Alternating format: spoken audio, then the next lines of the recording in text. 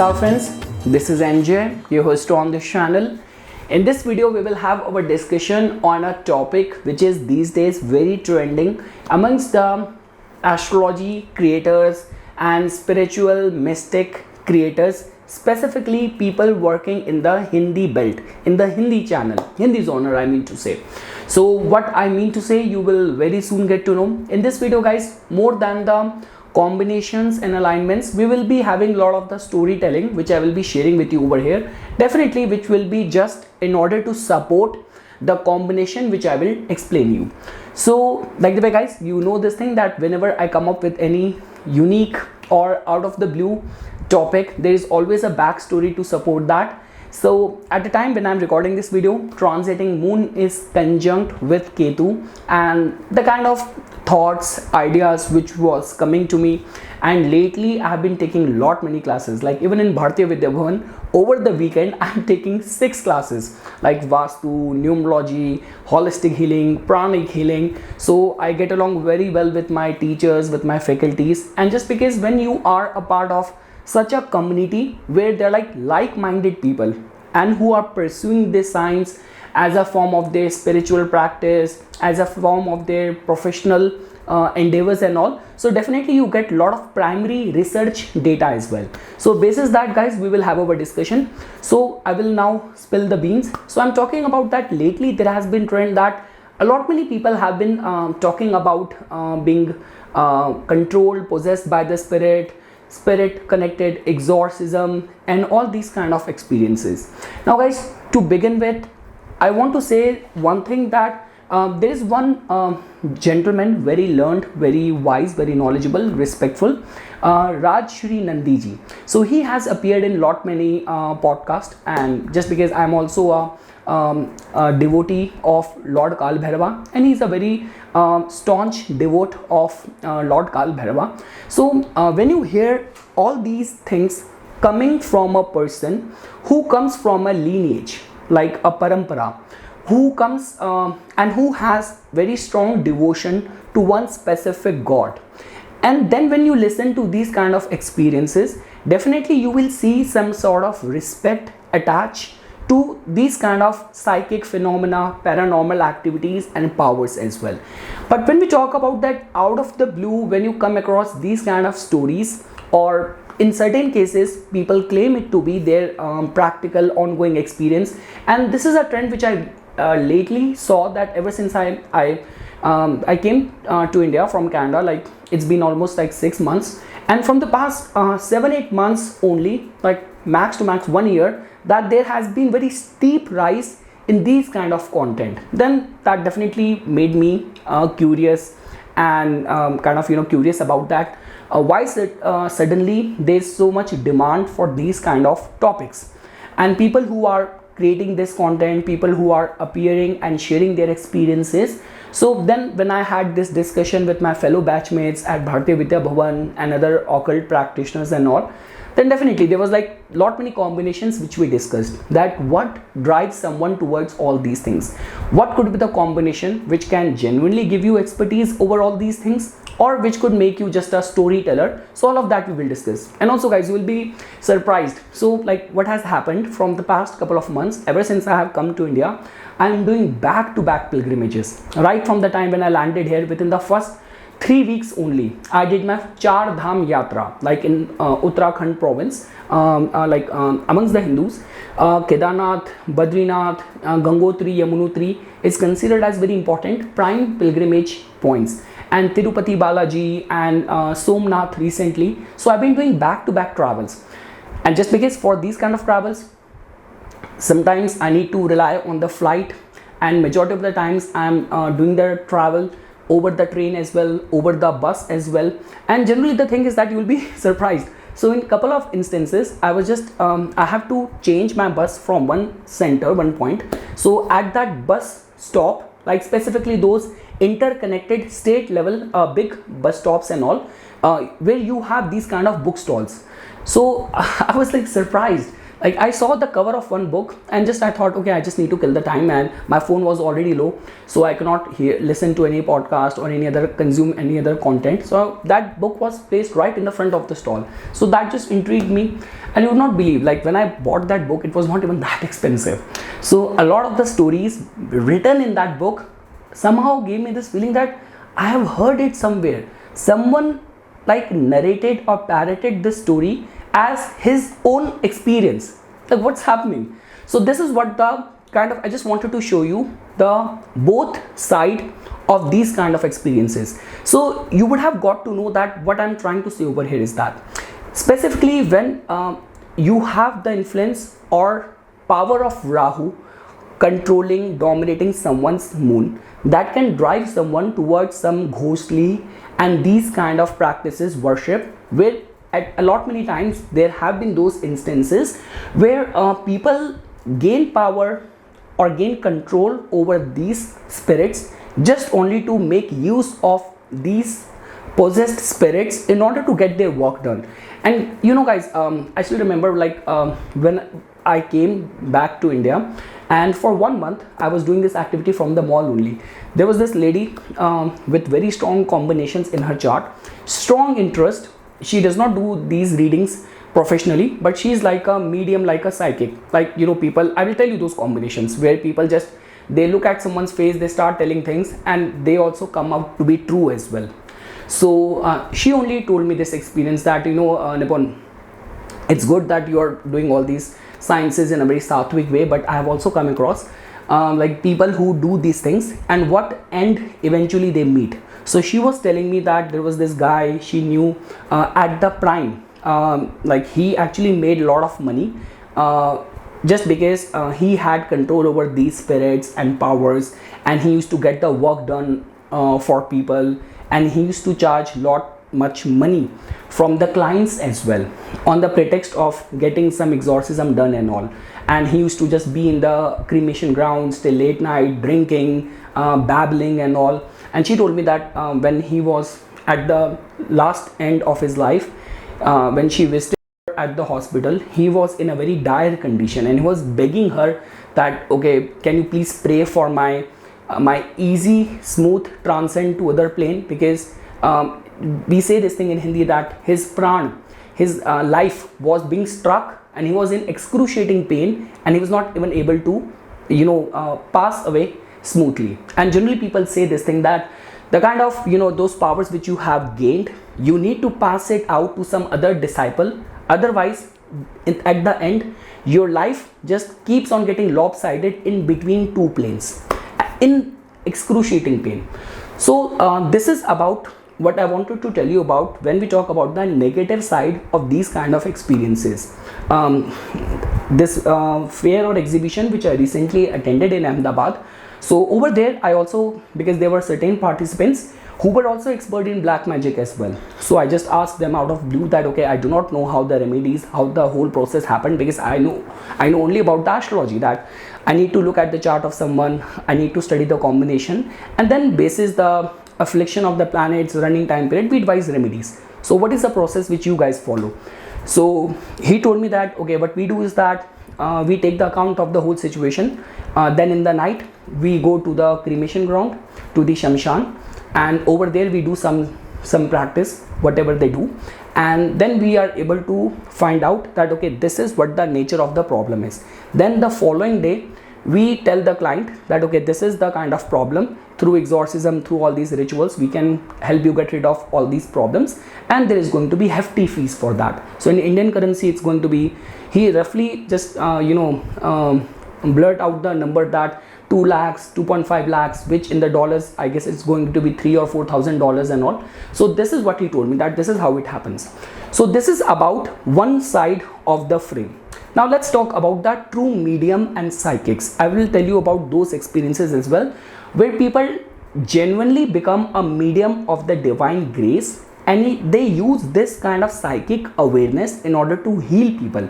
Again guys, it's not like that you have to see astrology, numerology, palmistry, that is just a medium. It's just the divine and the higher powers which is using you as an instrument, as a medium, in order to heal other people who are going through any sort of suffering. Like the way I always say this thing, like you book your reading with me, it hardly matters that what kind of yogas you have pertaining to your question, what kind of dasha is running, what the overall calculation part is saying. But if right at that time the shakuns, the omens are telling me some other way, then I will rely more on the omens, because this is what my connection is with my Ish Devta. So universe is guiding me something else. I'm just an instrument just to reveal you what the universe wants for you.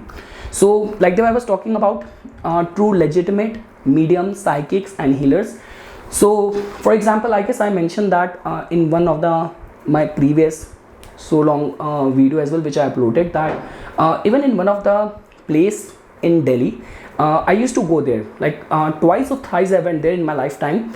So over there, I guess it's the Dhari Devi temple. It's in Dwarka or Mahavir Nagar. If those who are from Delhi, they must have heard about this place's name. So over there it happens that for example, when you go there, so there is this male guy. So he is a male, but he dress up as the goddess, as a Devi. And it's just like that, he is like a faith healer, that people who visit there, they take the rice with them.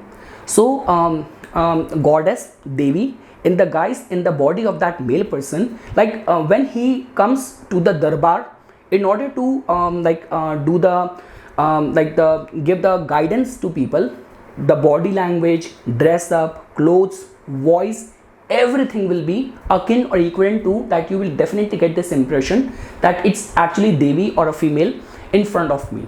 And looking at the rice, this person, the faith healer, he predicts everything. This is one such experience, the legitimate and the genuine ones. Second, I still remember there was this guy, this was this lady. She was also from my terrain, from Garhwal only, Pahad only. So I still remember, like when we used to go to her, so she used to do the beats, some mantra and the beats count, and if there is some evil eye influence on the person, she used to start getting back to back repeated yawns, and she used to start getting teary eyes. She used to start getting tears and all, and that's how she used to guide that, okay, there is some evil energy influence, and these are the mantra recitation in this much count which you need to do, without even looking at the astrological chart and all. So there are those count of people as well who are actually doing it in a legitimate way. So the combinations, we will definitely discuss that as well. So guys, the extract of sharing all these experiences is that I just wanted to let you know, I wanted to talk about that, which all are the combinations which can put you in either side of these two scale of people which I just presented in front of you. When we actually talk about those legitimate, genuine healers, psychics and all, who have this power to transcend to other level of awareness, other dimension, in order to get a solution of what exactly is bothering the native, what exactly and where exactly problem lies. This could be because of something which you have done in this lifetime or past lifetime, or this could be because of the curse from your ancestors. So there are those legitimate, genuine people who do that, and all of that generally happens only because of the influence of Ketu. Guys, when I went to this exhibition in Ahmedabad, a lot of the yoga practitioners and healers, when I looked at their chart, a lot of them have their Moolank, date of birth vibration, purely of 7, moon conjunct with Ketu. So Ketu generally plays a very pivotal role over there. And again guys, when we talk about anything to do with the sadhana, with the meditation, or these kind of shafa or healing touch in your hands, in your aura, in your existence, over there, it's not only the ascendant chart. I would say that ascendant chart, D9 chart is just the reflection. D9 chart is as much important as your Lagan chart is. But specifically, the kind of grace which flows in your life in the form of the blessings or kripa of the devatas, of the higher power and angels and all. So for that, you have to also see the condition of the D20 chart as well, called as the Vimshamsa chart. And guys, the tools to assess that is very simple. Like the way, for example, I mentioned about doing the sadhana, about the mantra, your command over the mantra, your command over, or your faith, devotion to a specific god, to your Ish Devta, blessing and grace of your Ish Devta over your life, that sort of single-mindedness towards one specific god.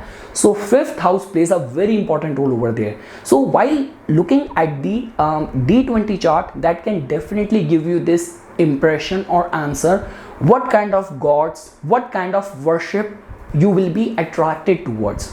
So over there guys, the thumb rule is that it's very simple. So from the fifth house, we know this thing that you have to still follow the same principles of the 6th, 8th and the 12th. So we know this thing that the 6th house from the 5th is going to be the 10th house, 8th house from the 5th house is going to be the 12th house, and the 12th house from the 5th house of devotion and bhakti is going to be the 4th house. So in the D20 chart, you should not have from the ascendant chart whatever sign you will find in your like 10th house, in your 12th house, in your 4th house, that sign should not become the lagna of your D20 chart. Second thing is that from your Lagna chart, whatever planet is your 8th lord, that should not become, or that zodiac sign should not become the lagna of your D20 chart. And individually guys, you have to see the state and condition of the moon in the D20 chart as well. That will give you this fair indication and idea that what kind of gods and deities which you will be attracted towards. Along with that, are you just going to be a vague storyteller, or you are going to have some legitimacy or potency in your devotion towards the higher celestial beings as well?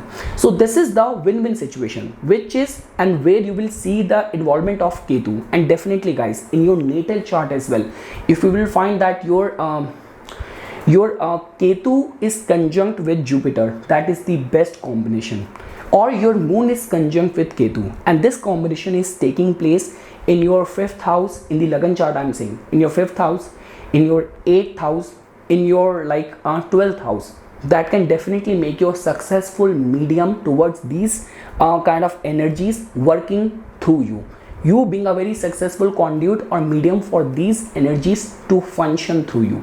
And guys, even in the D20 chart, the placement of Ketu becomes very important, and the way I mentioned, trine houses and the moksha houses in the D20 chart will become very important. So these are the scale or parameters on which you can study and you can get to know about the spiritual potency and strength of someone. Now guys, when we talk about so-called storytellers and too much of the vagueness in your lack of clarity in your vision and all, and specifically where you kind of mishandle, misinterpret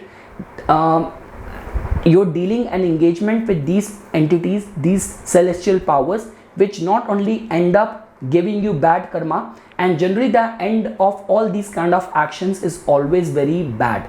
So in those kind of condition, you will definitely see that the 9th house is definitely going to be afflicted. You will definitely see that Rahu is going to be strongly influencing the moon of the native or Jupiter of the native. Again guys, see, just the mere conjunction of Jupiter and Rahu does not make someone to be vulnerable towards these kind of things or manipulator in these kind of things. The thing is that whenever certain thing is meant to happen in your life, and here I'm not talking about you being a mediocre, here I'm talking about you being extremist or best in your chosen field. Not best in terms of whether doing evil or whether doing good, but you are known, you are at the peak of your game for good reasons or bad reasons. For doing evil acts or good acts, that's a different case. Definitely you will find that in those kind of situations, the whole chart creates a picture. So it could be a case that you are born at a time when there is a like a eclipse, there is a new moon, or you have that Bhadra yoga in your Panchang, or some sort of kind of like your Rahu is conjunct with moon and it is being aspected by the planet Saturn as well. The same alignment, karmic numbers are also coming in your date of birth as well, in your grid as well. So while combining all these things, then we can come to this conclusion, and then we can say this thing with complete conviction that yes, native is going to be taking interest in all these dimensions, but only is going to either mismanage it, manipulate it, and is going to kind of end up kind of burning his own hands only while dealing with these kind of entities. And when we talk about those people who are actually very pure soul and that sort of elevated level of consciousness, in their case, all the alignments which I just mentioned, you will definitely find these people will be born, like the way we say, majority of the enlightened beings. You take the case of Guru Nanak Dev Ji, Gautam Buddha, lot many elevated spiritual beings. Native might be born at a time of the full moon. Native might have very exalted Jupiter conjunct with Ketu. Native might have got very good combination in the D20 chart as well. So that will definitely create a whole set of picture that, okay, this is a pure soul who's only born in order to remove the suffering of the world, just in order to become an instrument or medium of the blessings and grace of his chosen devata or of his Isht devata. So yes guys, this was just a basic overview. It's a kind of a whole energy and environment of the day when moon is conjunct with Ketu that I actually wanted to talk something about in these kind of similar lines only. And just because I'm doing back to back like kind of pilgrimage, traveling around the country and interacting with local people, understanding their culture, and my area of interest is always in astrology, healing, occult and all. So I definitely wanted to talk about this topic, and today was a good day for that. So yes guys, for further more updates and notifications on the divine science of Vedic astrology, please subscribe to my YouTube channel and follow me on my Instagram account. Dhanyavad.